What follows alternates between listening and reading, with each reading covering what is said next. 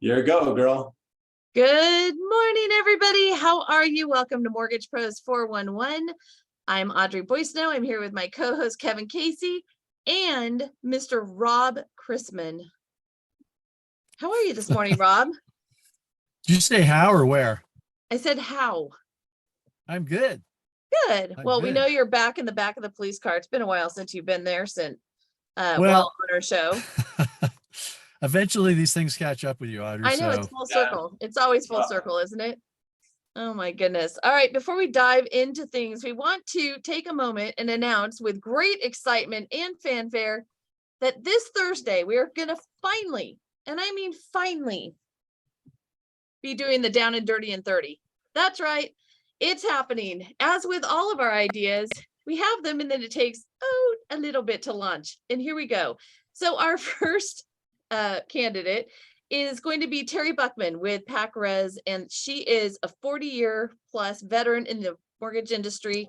The topic is perspective shifting solutions for reluctant buyers, overcoming interest rate sticker shock. So she is an interesting one. We've been friends for a long time. I think, Rob, you know her well too. Great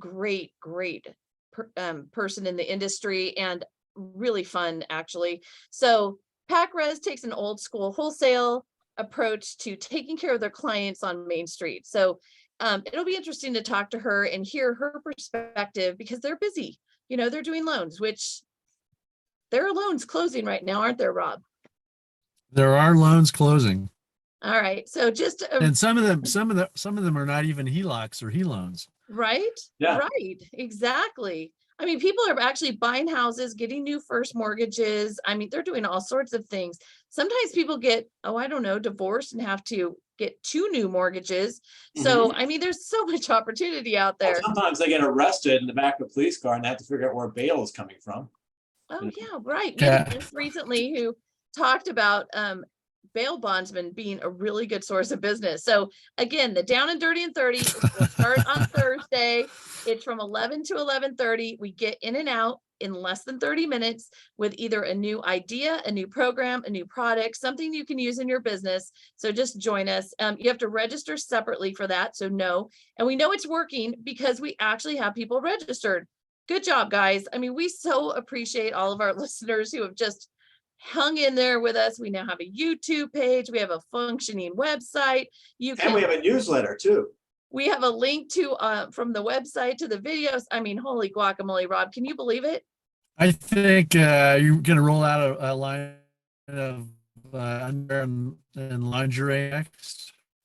You know what? He sounded just like Biden there for a second.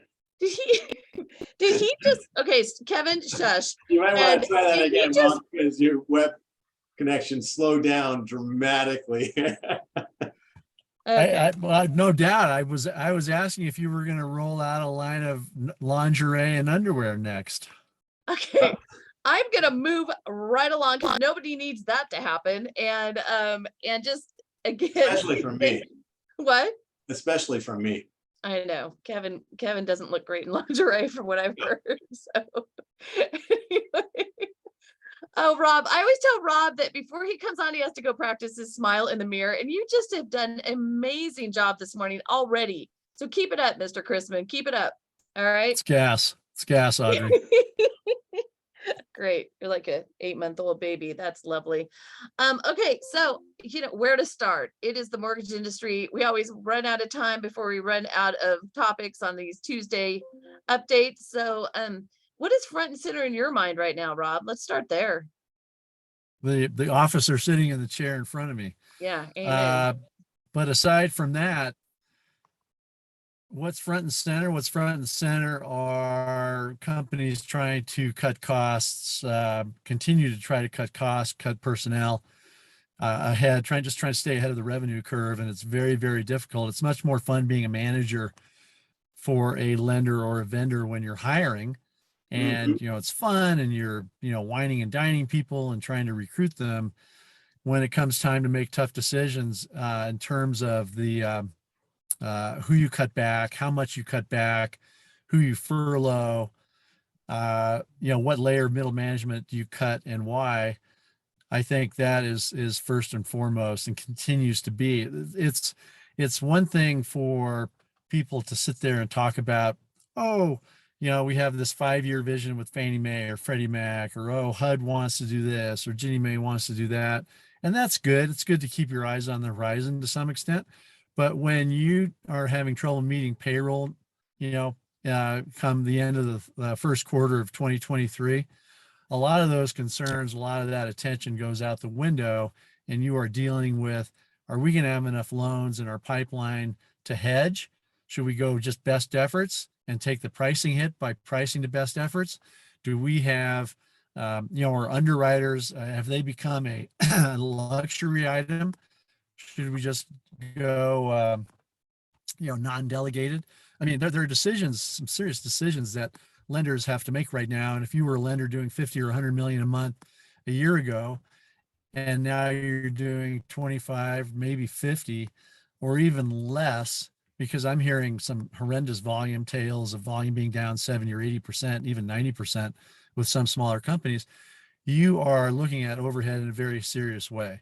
And, you are, maybe you're an owner in your 40s or 50s or 60s or 70s, and you're trying to figure out if you want to go through this rodeo again, or pass the baton on to somebody else, or gee, maybe it's time to take that call from, the Stratmore Group in terms of a potential merger partner, or maybe our licenses do have some value. Maybe our tickets get us some credence on Main Street and so forth. So there's some very tough decisions, whether you are a middle level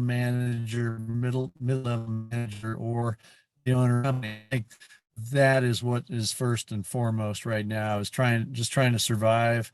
At this point, we're into the late autumn and into the winter, and where do we go now? Wow. Now on that, I guess that wraps on up a our cheery note. Thanks, Rob. Hang on. Yeah, I guess that I wraps need up to the go take an call. antidepressant. So actually, I'd love to go deeper onto the best effort on the locks, because I think a lot of loan officers don't understand that when they lock a loan, there's sometimes it's, the lenders basically guarantee performance, and other times they're just on a best effort. And how does that affect the mortgage bank that's making that lock? And can you just explain the difference from a loan officer's point of view, why they should be aware of this? Sure. If you are a loan officer, and I'll put on my geek hat here a little bit for capital markets, because when you go to sell a loan, so a lender is a manufacturing facility for loans, and they take input from vendors, from credit reporting agencies, from underwriting, from et cetera, et cetera, et cetera, and they produce a loan. Now, what do you do with that loan? Typically, you sell the loan in the secondary market. And who do you sell that loan to, and how do you sell it? Well, basically, some companies securitize. They'll issue their own Ginnie Mae security, a Fannie Mae security, Freddie Mac security. They might sell those loans to the Fannie Mae or Freddie Mac cash window, or they might sell the loans on a mandatory basis or a best efforts basis to an aggregator such as a Wells, Citi, Chase, US Bank, AmeriHome, PennyMac, you can go down the list. So when a capital markets group decides to sell a loan on a best efforts basis, that means that they are making their best effort to deliver that loan to that investor. If that loan funds, if the loan funds, we will send you that loan. We will sell you that loan. Not only that, but we may have sold it to you the day that it locked, because we don't want to take any interest rate risk. We would rather pass that interest rate risk on to you, AmeriHome. Let's use AmeriHome. Sure. I'm not promoting AmeriHome, but I'm just saying, Okay. let's use AmeriHome because it's easy to say. So, hey, AmeriHome, we're going to sell you that loan best ever. So I lock my loan in with AmeriHome. Audrey, the borrower, comes to me, says, I like your rates, 6.5% at par. I'll lock that with you for 30 days or 60 days. I call AmeriHome. Hey, I want to lock in the Boissonou loan, and away we go. I have transferred all my risk to AmeriHome. All right. When the loan funds at 6.5 at par, I deliver the loan to AmeriHome. If I were to sell the loan on a mandatory basis, that means that when that loan funds, I then look for an investor. I have a funded loan. I've got a pig in the poke. No, I've got a pig. Forget the poke. I've got a pig. I've got a loan. I've got a saleable loan. And I can sell that loan because it's a sure thing. It's funded. Right. And there's a lot, I can send that loan out to, a myriad of different investors and they'll all bid on that loan. The price that you are going to get as a capital markets person in the secondary markets for that kind of mandatory execution is better than when you transfer the risk onto AmeriHome through a best effort sale, and they are the one taking that risk, because with risk comes a price. Mm-hmm. And so if you're going to say, hey, AmeriHome, we don't know if Audrey's loan is going to close or not, but if it does, we'll deliver it to you. In the meantime, you take the risk of it funding or not funding, then they want to be compensated for that amount of risk. And so shops that sell loans repeatedly on a best efforts basis tend to have worse prices because they are not hedging their own pipelines. They are letting the AmeriHomes of the world hedge that pipeline. Hedging a pipeline isn't exactly rocket science, but it does require resources, personnel, hedging, abilities and so forth. And you can, as a lender, say, well, we're going to bring that in-house. We're going to hedge, we might use an MCT or a MIAC or a, Optimal Blue, whoever, a Black Knight, to hedge that risk for us. But we're going to hedge and we're going to incorporate that. We feel that the execution on the back end of hedging our own pipeline, either in-house or through a service, is better than the price hit that we take by selling that loan on a best efforts basis to AmeriHome. And so the problem is that in a diminishing volume environment, companies that were doing 20, 30, 40 million a month and who were hedging their pipelines and passing those better prices along to their loan officers, their account executives, the borrowers, now they're only doing 5 or 10 or 15 million a month. That's not really enough to hedge a pipeline. And so they move to a best efforts based selling model and just pass the price hit onto their originators. So it's almost, I won't call it a death spiral, but it's a downward spiral to some extent, because our pipeline is down. We have to sell loans on a best efforts basis. The pricing isn't as good. So the pricing that we have to offer the few borrowers who are coming through our doors isn't as good. And it can be a problem. Okay. Was that okay, Kevin? No, that was an awesome explanation, because It really was. I've actually personally always mixed the two up. I always thought mandatory meant that you as a loan officer, you locked it, and now your bank has got to perform and close that deal. And I always thought the best effort was, if you lock it, it falls out, no big deal. But it's the other way around. Well, it no, you are correct. You are making, when you lock a loan in with AmeriHome with best efforts, you are making the best efforts to close that loan. If you were to close that loan and sell it somewhere else, you're going to get in trouble with AmeriHome. All right. So a mandatory execution, though, typically you're hedging with mortgage-backed securities, just generic mortgage-backed securities, and you've got this pipeline and so forth. And when the loans actually fund and you have them in your hand, then you can sell them on a mandatory basis, because those are funded deals. There's all kinds of nuances. Let's talk about ARMs, since you've got me all revved up here now. ARMs or jumbo loans or non-QM loans, hard to hedge that interest rate risk on those products.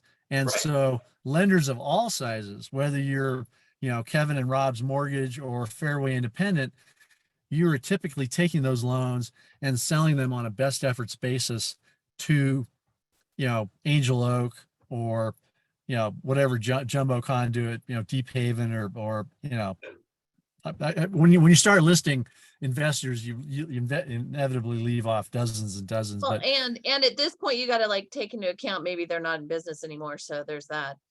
But okay, I can't tell if you've frozen or just stopped talking. me, Yeah, there you go. There you go. Just bob your head a little, every once in a while. Okay, so let's talk about that for a minute, because we do know that there are some lenders who maybe didn't price their loans at a market level that made them attractive on the secondary market. How'd I do? Did I put that nicely? So we have a few people that have large, yes. sorry, I need to finish, or maybe I know, maybe I can figure where you're going. There's a spread in price between mandatory and best efforts. And that's often talked about at like capital markets conferences. Hey, what's the spread these days between a best efforts and a mandatory for a Fannie Mae 30-year fixed or an FHA loan? And that spread varies with time. And so depending on the market conditions, that price difference will vary. And sometimes it makes sense to not hedge a pipeline, sell everything best efforts, hope it funds. Other times the price pickup by selling on a mandatory basis is worth the hedging hassle. And it shouldn't even say hassle, worth hedging the pipeline. So anyway, go on. Well, so my question is, so we're hearing about these lenders who maybe price loans lower than they should have as far as what they're going to be able to turn around and sell them for on the secondary market. And now they're stuck with big piles of loans that they can't unload. And so it is, I mean, how does that happen? I mean, why? What's stuck? What are you saying? How are loans getting stuck where? Okay. So let's say there's a company, a hypothetical company, Kevin. Let's say there's a hypothetical company that maybe had a pile of loans that they did not sell. And then they kept pricing below the market. Yeah, talk. Stop right there. So I know we've gone down this capital markets path, and it's important for people to understand that capital markets, you are doing the same thing day after day after day after day. You never hold on to loans unless they're hedged with some kind of like a mortgage-backed security out there so that the prices move together. If you are talking about, let's say, good old Capital Commerce in Sacramento way back when, okay, a guy named Rob Pierce was running capital markets and decided, oh, I'm going to take a chance at the high school dance and I'm not going to sell these loans. I'm just going to hold on to them because you know what? I think the market's going to rally. I think the market's going to improve. Rates are going to drop. Prices are going to go up. I can sell these at a lot more. So I'm just going to pretend I'm hedging. You never hear about Capital Commerce because they went out of business. The market went against him. So your basic premise there, Audrey, is that you have a bunch of loans you can't, that you've been holding on to. Well, any capital markets person worth their salt is going to be hedging those so that they can pick up the corresponding gain or loss with their mortgage-backed security position and then sell those loans in the secondary market on a mandatory basis and pick up that mandatory best effort spread. Or what I am hearing is if companies have to buy back loans from the agencies, and I don't know, I mean, you see these headlines, you think it's rampant. I don't think it's as rampant as people think, but nonetheless, if you have to buy back a 3% loan because the I wasn't dotted and the T wasn't crossed on page 38 of some statement, and you're trying to sell that 3% loan now, yeah, you're getting, 70 or 80 or 90, 70 or 80 cents on the dollar. And that's a real problem. And, especially if the investor won't take some kind of indemnification agreement. So go back to your question, and hopefully no company out there, nobody on this call works for a company where somebody is sitting on a bunch of loans that are unhedged. And how do they hedge them? They just buy things opposite that's gonna, if it goes up, we're covered. If it goes down, we're covered, and they just. Okay, so let's go out. That's exactly right. So the best. What are we? We lost you. Audrey? Yeah, we lost you right in the middle. Lost you. You lost froze. me? Yeah, you froze. Hey, Audrey, I don't want to get in trouble. I don't want a phone call from you after this call saying, why did you keep interrupting me? Don't tell me about capital markets. So, Kevin, in answer to your question, the ideal hedging vehicle moves in the exact opposite direction as your mortgage pipeline. Okay. And, throughout the history of hedging, you could say, well, gold futures really, they're the great hedge, or silver futures, or petroleum futures. If you're Quaker Oats and you want to lock in the price of your oats that are growing in the field of your farmers, you were going to do that using oat futures in the futures market in the old Chicago Board of Trade, like trading places, orange juice futures. Right. If you were hedging a pipeline, you were hedging that. You are in effect buying loans from borrowers. You're buying loans. So what do you sell to offset that risk? You sell a mortgage-backed security.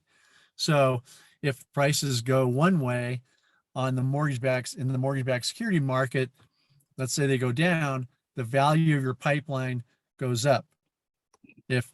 And conversely. And so there are companies out there who say, you know what, we want to hedge arms. So let's do that using a combination of treasury futures and mortgage-backed, 15-year mortgage-backed securities and so forth. There are nuances, but universally it is accepted that you are hedging a mortgage pipeline with mortgage-backed securities. Now, if you have an extended lock program, let's say you're dealing with builders and you have 6-month locks or 1-year locks, then you might incorporate more treasury securities because they go out farther than the mortgage-backed security market. But that's a lesson for a different day. Okay, now can I ask a question? I'm sorry, Kevin, what were you saying? Let's just you and I chat. Exactly. Okay, so to clarify, I'm not talking about conforming, conventional, Fannie, Freddie, Ginnie, any of that. I am talking about non-QM, because we are hearing about companies that have pulled way back, and haven't been able to sell anything since, one, I heard September. Some of these others I'm hearing like much longer than that, and they're just piling up on their warehouse lines. And so there are issues. So yes, please. Your question has another issue, and that is, what warehouse bank in their right mind, what warehouse bank will put millions of warehouse dollars at stake backing some company based on some premise of, we're just going to hold on these loans and park them on your warehouse bank line, and you know what, warehouse bank, your stockholders will love it. Yeah. No warehouse bank in their right mind is going to allow that to happen. Good to know. Yeah. So now we know that the 6 that I'm thinking of are not in their right mind. So yeah, it's an issue. It's an issue out there. It's part of our problem in the non-QM market, from what I can tell, is that you've got some lenders who didn't keep up with the price hikes and then weren't able to sell off their loans once they closed. Or I don't know what, honestly, Rob, I don't know what happened, because I keep going, okay, you got capital markets people, they must be much smarter than me. And if I can see the problem, then why didn't they see the problem? So what's missing? All right. So now, so that being said,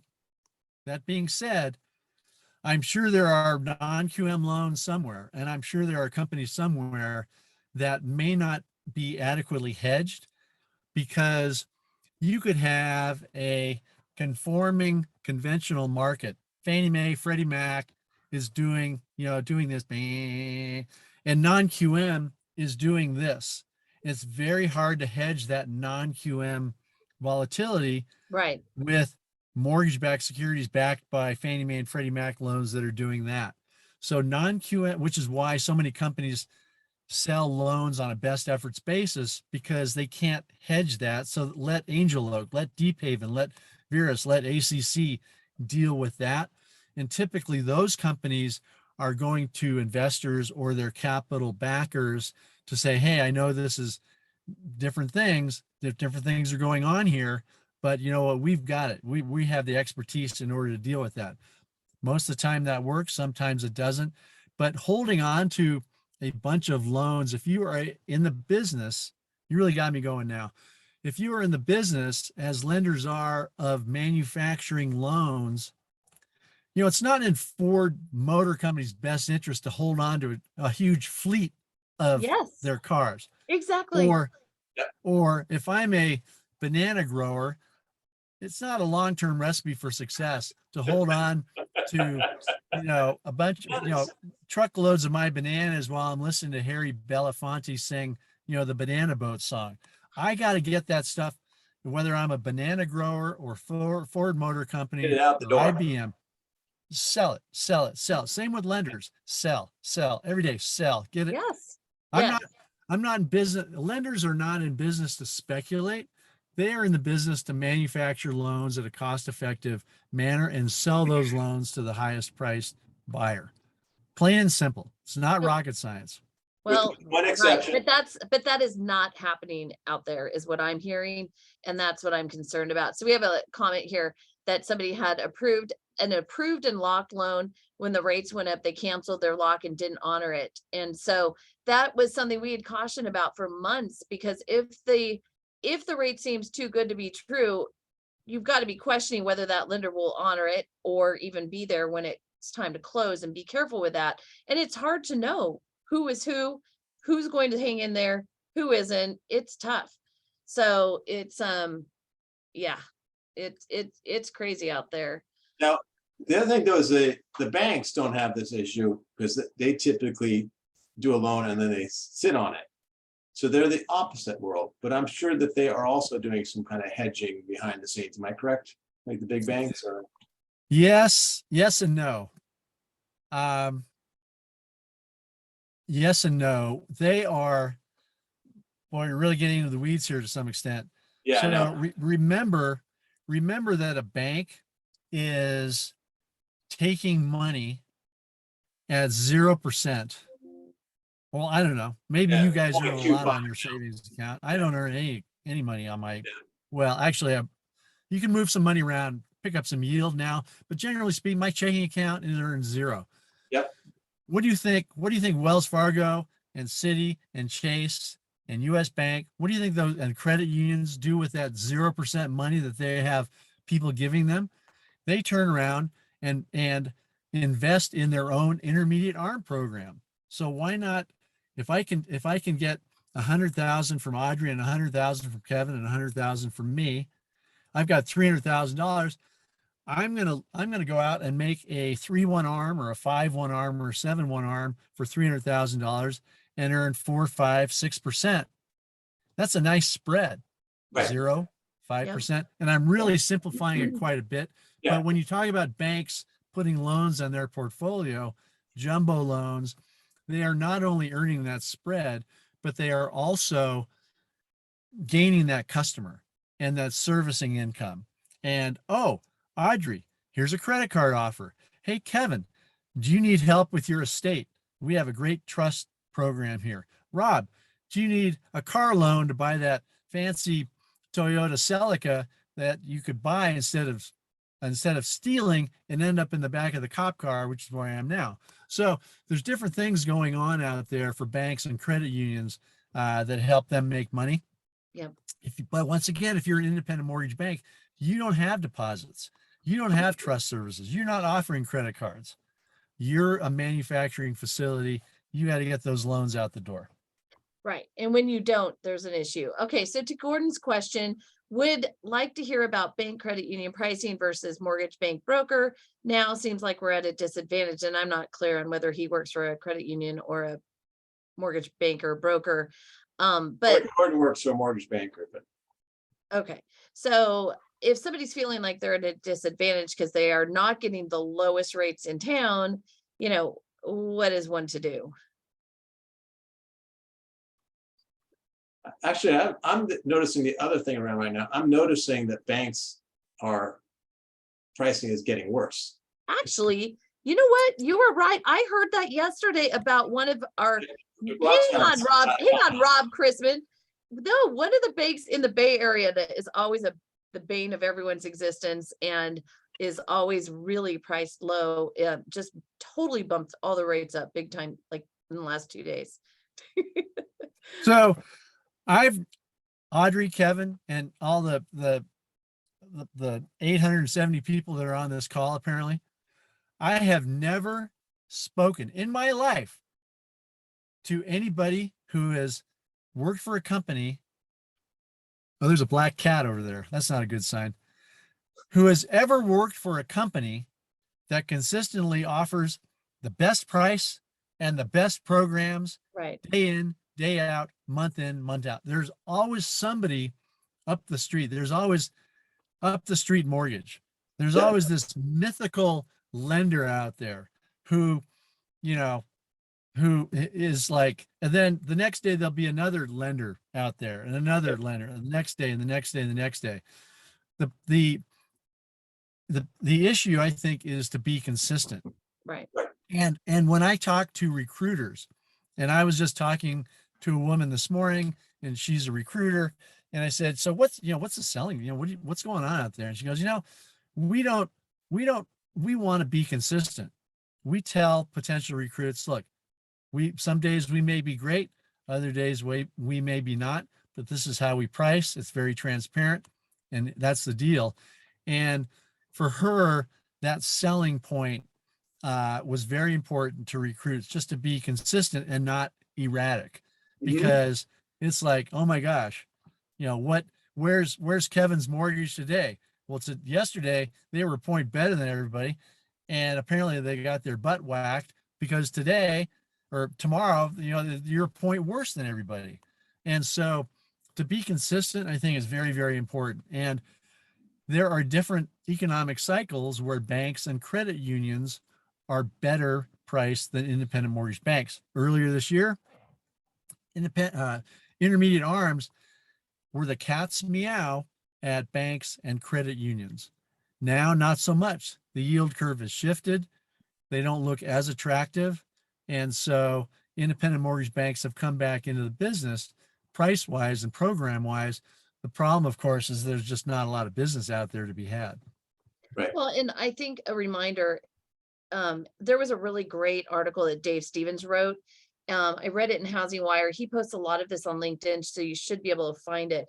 But he went through the 5 reasons to, not hurl yourself off a bridge in this market. And I'm just going to briefly read through them, and then you can go find the article on your own. The housing market won't be like this forever, because we go in cycles, just like, the growth of children in their evolution. Our market changes constantly. You have a huge advantage over other salespeople because the people who come to you, they want to do something. They want to buy a house. So you've already gotten over the first hurdle, right? Data is your friend, because housing is not that bad right now. And home buyers want to buy, but they're on the sidelines. And we've talked about this in previous weeks, because the MLS data shows that there are more searches going on right now than ever before. And so people are freaked out by the rates, but guess what? Rates have come down 1% in the last month or so. And so call your people that you were talking to before who thought rates were too high.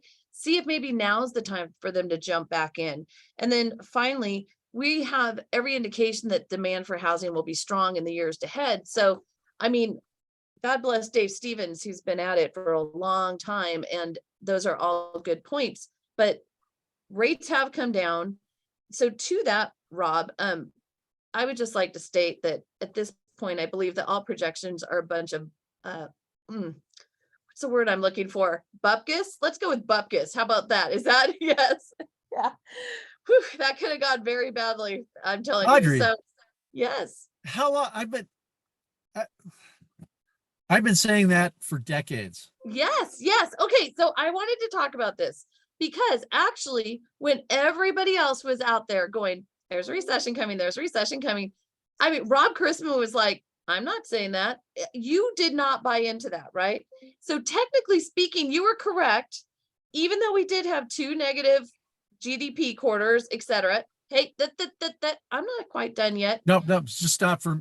Really? Okay. Stop there.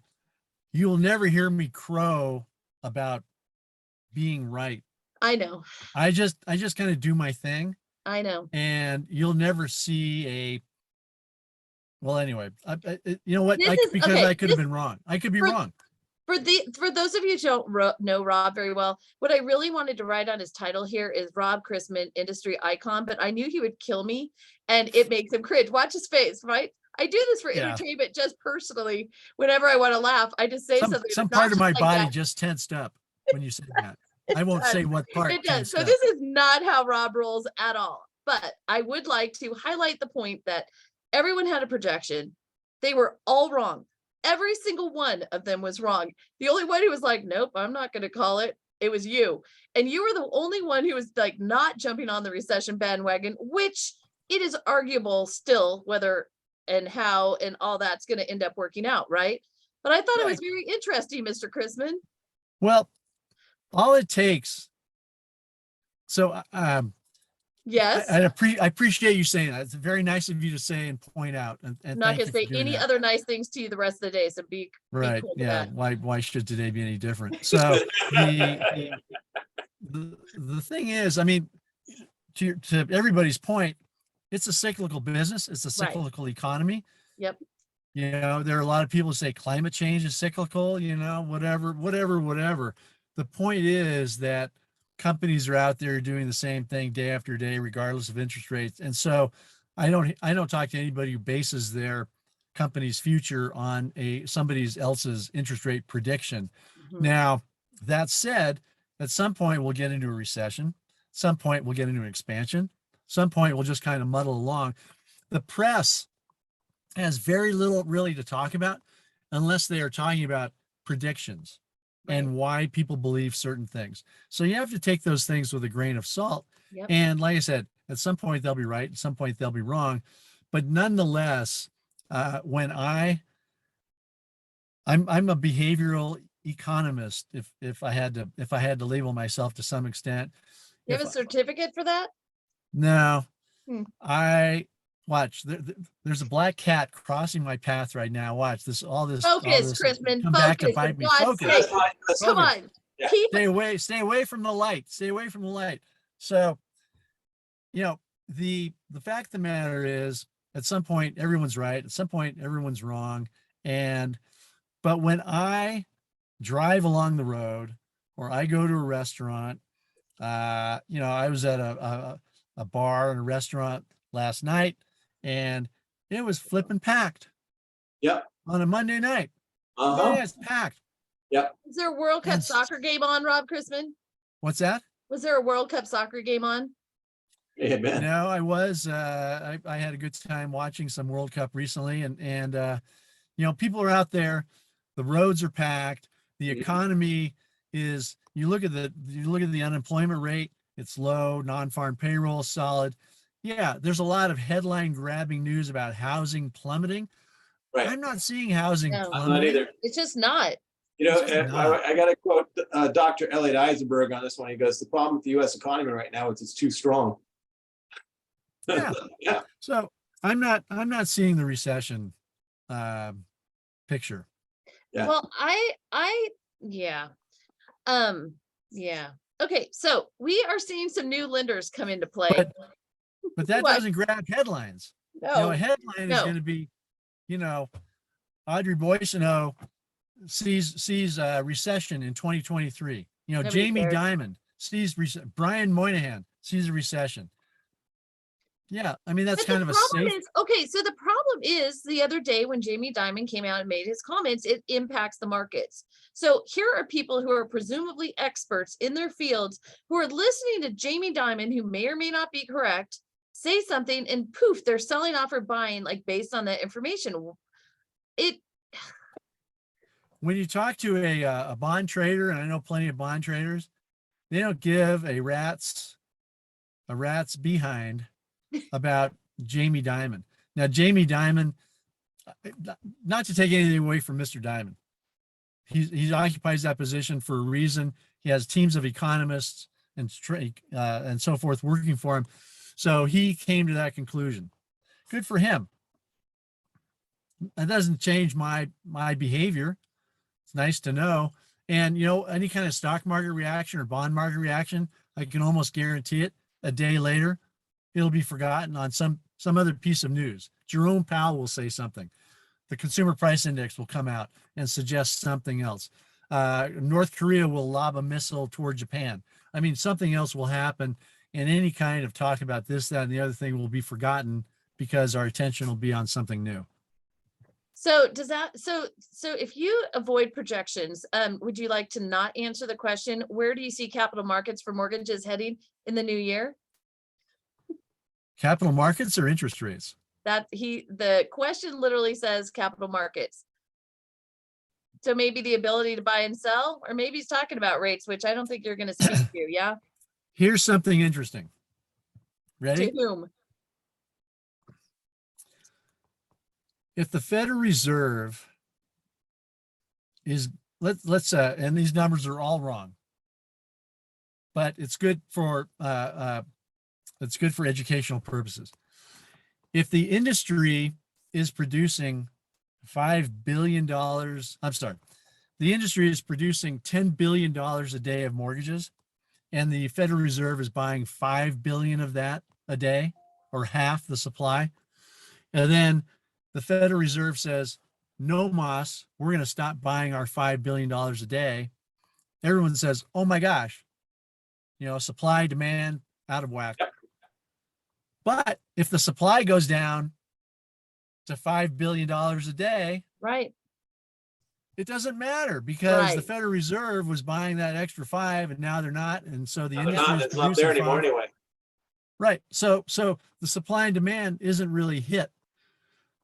When you talk about which way the capital markets go, I will argue that people always need to be out there buying mortgage-backed securities. And by people, I mean money managers, portfolio managers, pension funds, insurance companies. There's a demand for mortgages, for assets backed by mortgages, whether that's Fannie Mae, Freddie Mac, FHA, non-QM, jumbo. There's a demand for those securities. And if your charter says that your job is to go out and buy mortgage-backed securities, you're going to go buy mortgage-backed securities. The question is, what kind are you going to buy, and how safe do you want them to be? And do you want, say, non-QM, or do you want Fannie Mae, Freddie Mac, Ginnie Mae? You know, the question is, I've got to buy these pools. What am I going to buy? I'm going to buy these. So the supply and the demand will be impacted by what the investors are interested in buying at that time. If you are a manufacturing facilities and all you make are purple Ford Escorts, and Kevin, that's a kind of a car, the Ford Escort.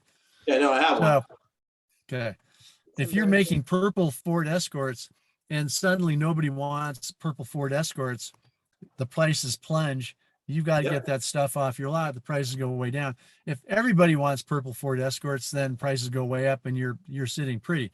If you're in the non-QM world and you're manufacturing non-QM loans and there's a demand for that by investors for whatever reason, they like the yield, they like that 10% yield, well then great, good for you. The market will be okay. Yep. If the demand falls off and people are worried about non-QM, Right. and they're thinking those borrowers are going to refinance, that 10% borrower is not going to stick around for very long. Their credit score might be iffy. Their self-employed borrower, the DTI, et cetera, et cetera, et cetera. If there's nervousness, the price is going to go down. And those companies that need the pension funds and so forth that need to buy mortgages will shift their attention to agency production, and that'll do okay. Throughout the financial crisis, Great Recession, whatever you want to call it, Fannie Mae, Freddie Mac, FHA, VA done pretty good. There was always a market for that. It's the other product that kind of comes and goes and is a little more flighty. So these are just general question, but does a loan that's been seasoned for like 12 months, does it have more value or less value than a brand new loan that just closed? Well, Say the okay, rates are to be exactly clear, the same. he's asking about loans that have been closed but not sold. Yeah. Yet. So it closed a year ago, and let's say the rates are the exact same as they were today. and now it's been on the books for a year, and now they're trying to sell it. Do they get more money for because now they have the history of the seasoning, or is it the brand new loan that just closed more valuable?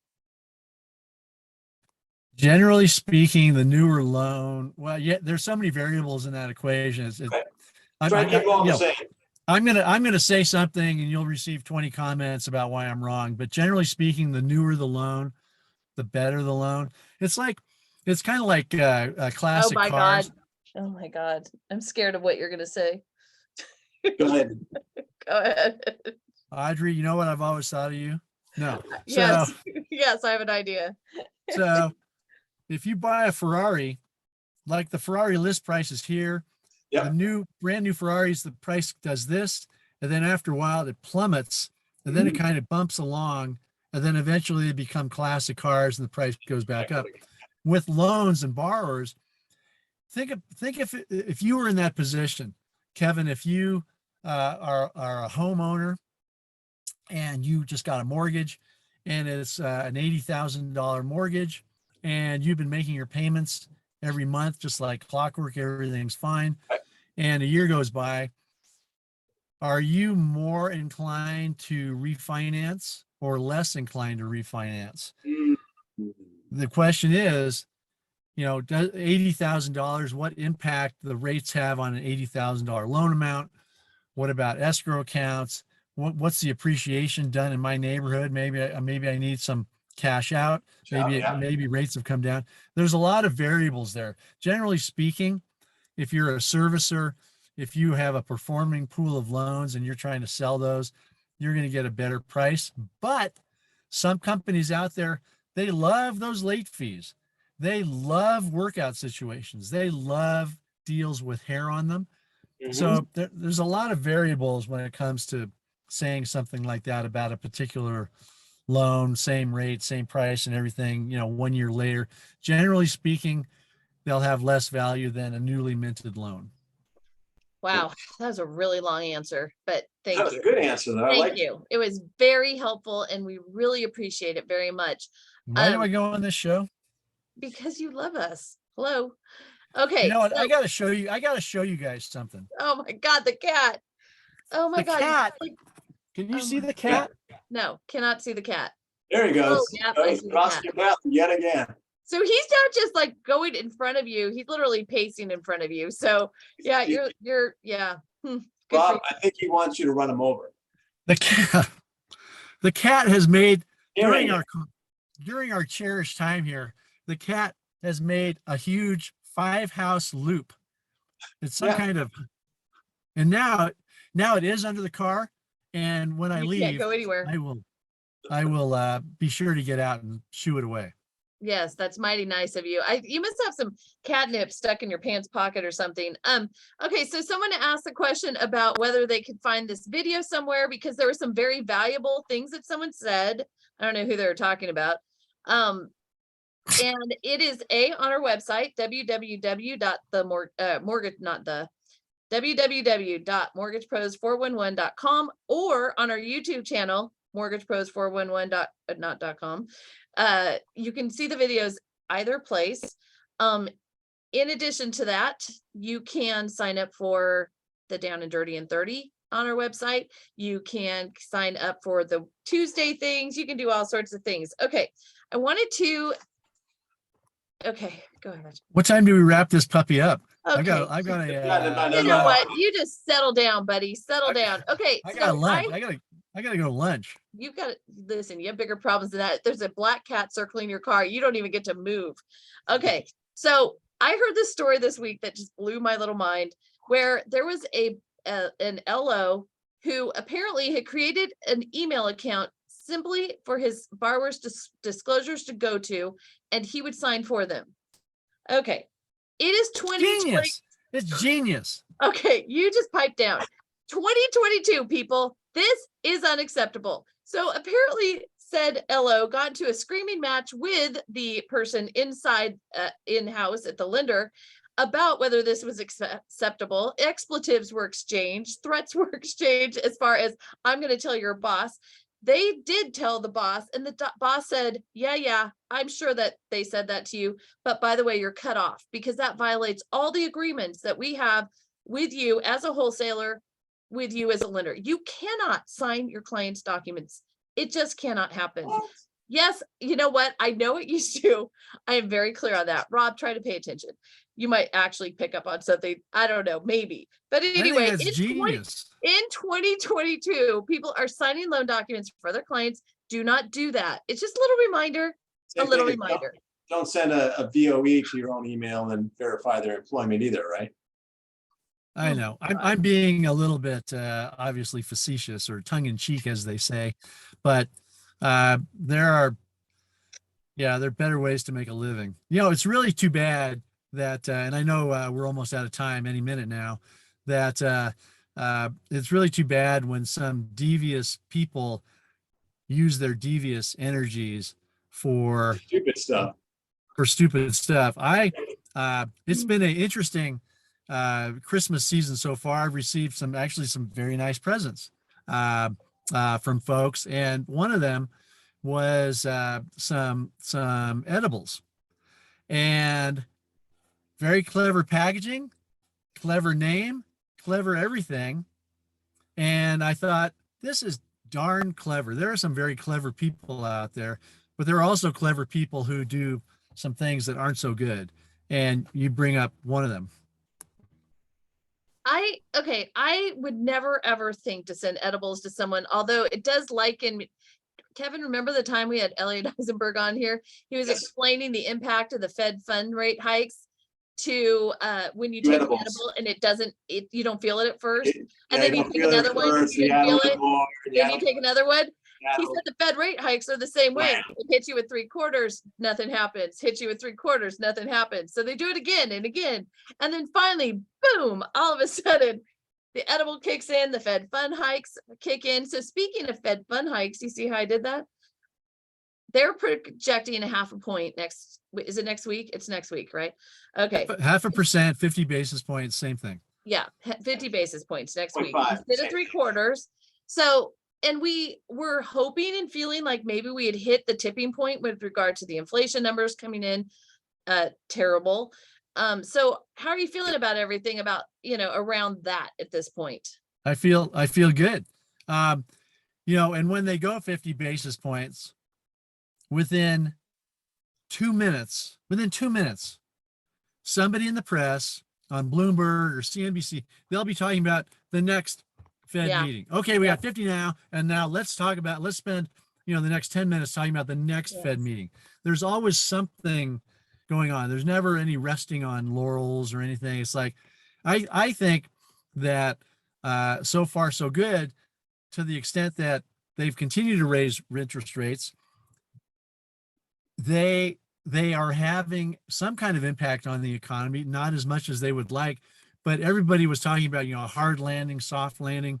I hope they get a soft landing, and 50 basis points. I think the market will like that, because some of the market is psychological as well. It's like, oh my gosh, what is the Fed doing? A lot. What's that? A lot of the market is psychological. A lot. Right. Yeah. Right. So. A lot. So yeah, okay. So next week's kids, Fed funds, it's going to change again. Should be good. Who is on next week as we wrap don't this? even don't start. Okay. So, did I say something wrong? Yeah. No, she doesn't know yet. I don't have a good answer for you, so thanks. Okay, here's a suggestion for you today. You ready? You have my son on here, Audrey, and he'll tell you what's from a millennial's perspective. Yeah? Is he as titillating as you? He has hair. That's something. He's actually can be well spoken when he wants to be. Really? Oh, maybe we will bring him on. Yeah. Yeah. Are you trying to phase yourself out? Are we trying to trade out Rob Chrisman? I'm trying to phase out myself in the next minute and a half. Yeah, well, there you go. That'll work for you.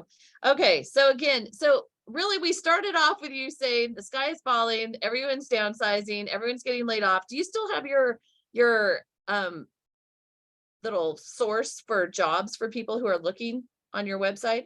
Absolutely. www.lendernews.com. People can Great. post a resume for free. www.lendernews.com. I like to think that I help a certain number of people every day, every quarter, whatever. And if I can help somebody get a job, I mean, that's a great feeling. Yeah, that's awesome. And A if lot you of don't, movement around there right now. We see it with our database blasts. yeah, crazy. Like, oh my God, everyone's like not there anymore. I remember a quick anecdote as the financial crisis was going on. I started to get a lot of